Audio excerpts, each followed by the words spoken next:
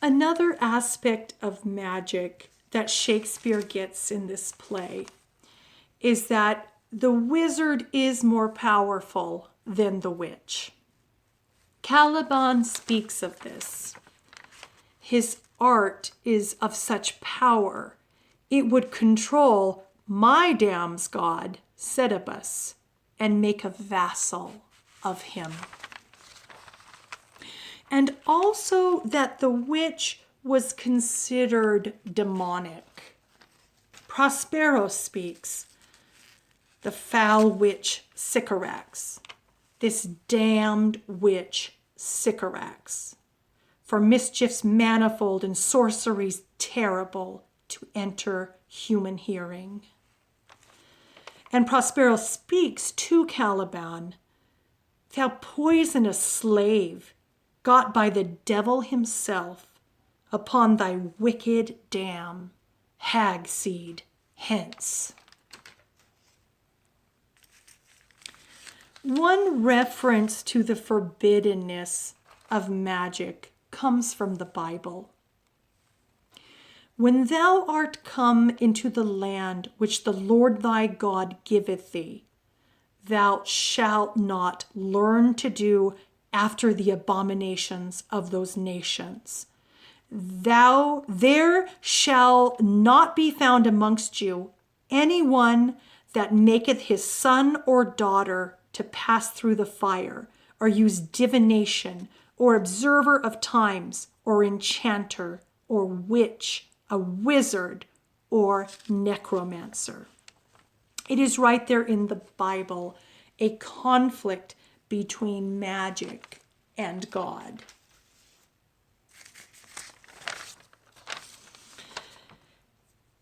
There is a conflict with magic and God because God is the highest level of reality.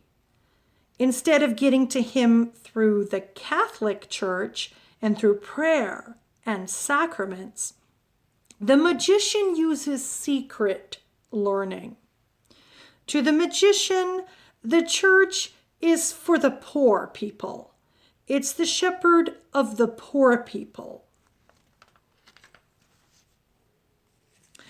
The Bible and the church, that was the book that the illiterate people needed. That was salvation for the people that needed salvation by the church. The magician, on the other hand, these intellectuals are going to work out their own salvation through the secret knowledge.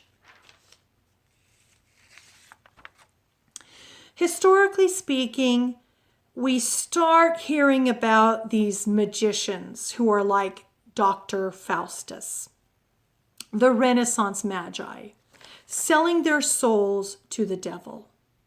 And what do they get in return? They get the power of the world. Pretty good deal for the magus. Until, of course, the devil comes to take his soul. This is a very powerful person.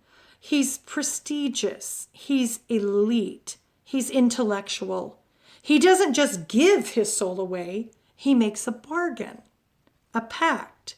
He's in a position to bargain with the devil, and he gets all.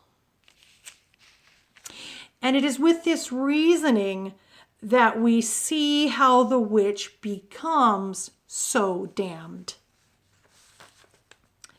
Historically speaking, the witch is the poor woman.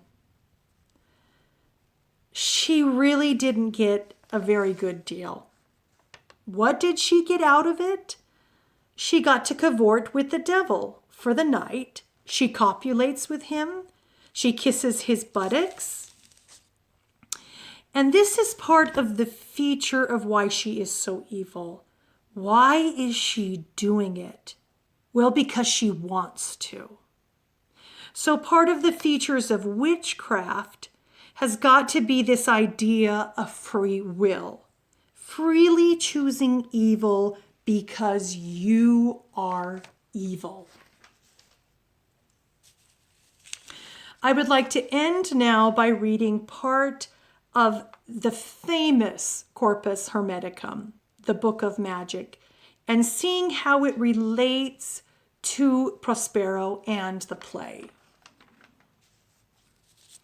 If then you do not make yourself equal to God, you cannot apprehend God.